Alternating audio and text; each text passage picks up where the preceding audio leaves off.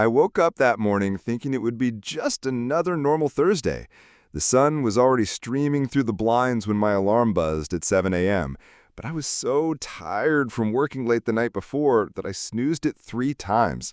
Finally, after dragging myself out of bed, brushing my teeth, and pouring a strong cup of coffee, I walked outside to grab the mail.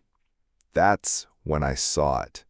The bright red notice folded around my utility bill envelope like a warning flag. My heart sank instantly.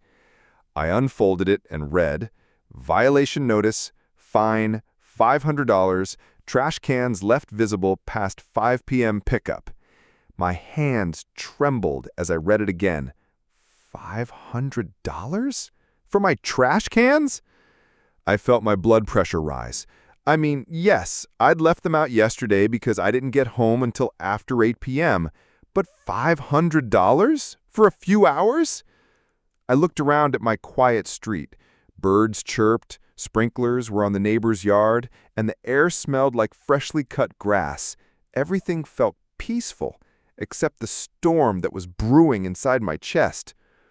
I walked back inside, sat down at the kitchen table, and read the notice again. I read every single line. HOA Regulation 3.4b, trash receptacles must be removed from public view within 2 hours after pickup. First violation, $100 fine. Second violation, $250 fine. Third violation, $500 fine. This was my first violation. Why was I being fined $500 immediately? I dialed the HOA office number listed at the bottom of the notice. My hand was shaking with anger as it rang. "Good morning, Willow Creek Homeowners Association," a woman answered, her voice bright and cold at the same time. "Yes, hi," I said, trying to keep my voice calm. "I just received a violation notice for my trash cans, but I've never been fined before, and this says it's $500. Isn't the first fine supposed to be $100? She sighed loudly, as if my call was ruining her day. "Sir, if you read the notice, it states the fine amount clearly." I did read it. That's why I'm calling. This is my first notice. Why is it $500? There was a pause. I could hear her clicking on her keyboard. "Well," she said finally, "sometimes the board determines an immediate higher fine if there are multiple complaints." "Multiple complaints?" I said. "From who? My neighbors don't care about my trash cans." "I'm sorry, sir, but that information is confidential. You'll need to pay by the due date to avoid additional late fees." And with that, she hung up. I sat there staring at my phone, feeling my blood boil. Confidential? Multiple complaints? This was ridiculous. I wasn't just going to pay $500 without understanding what was happening. That day, after finishing my remote work meetings, I decided to walk down the street and talk to my neighbors. The first house I stopped at belonged to Mrs. Green, a sweet elderly woman who always left out dog treats for my golden retriever when I walked by. She opened the door with her usual smile. "Hi, dear. What brings you here today?" "Hey, Mrs. Green, sorry to bother you, but did you by any chance file a complaint about my trash cans yesterday?" Her eyes widened.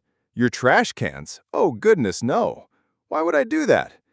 She waved her hand dismissively. "Besides, mine were out until this morning. My son hasn't visited to help me bring them in." I blinked. Hers were out too?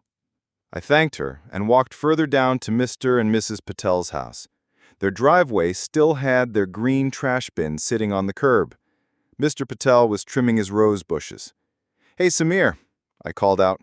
"Quick question. Did you hear about the HOA trash can fines?" He frowned.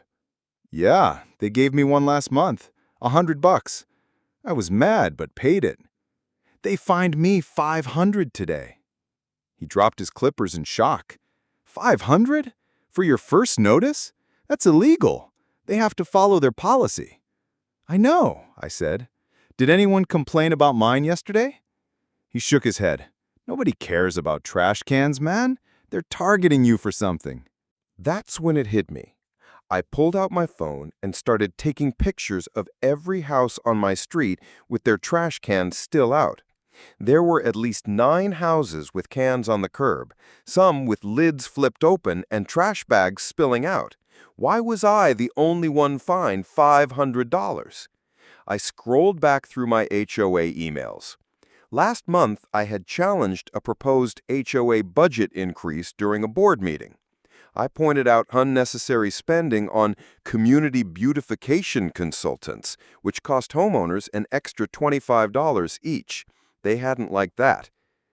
That night at dinner, I told my wife everything. She shook her head. "This is retaliation. They're punishing you because you spoke up." I couldn't sleep.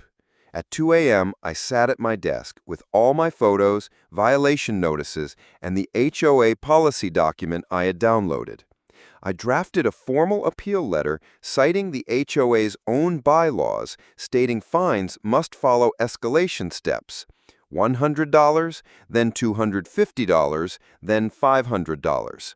I printed out photos of every neighbor's trash can, labeling them with timestamps. I was ready. The following Tuesday, I walked into the monthly HOA board meeting. The room smelled like coffee and stale carpet cleaner.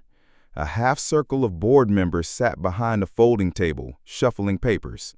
Next on the agenda, the president, Mr. Reynolds, announced, is the violation appeal from Mr. Morrison. I stood up, my hands slightly shaken with adrenaline.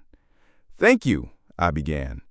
"I'm here today because I received a $500 fine for leaving my trash cans out a few hours past pickup. According to HOA Regulation 3.4b, my first fine should have been $100. Mr. Reynolds frowned. "Sir, the board has the right to adjust fines if multiple complaints are received."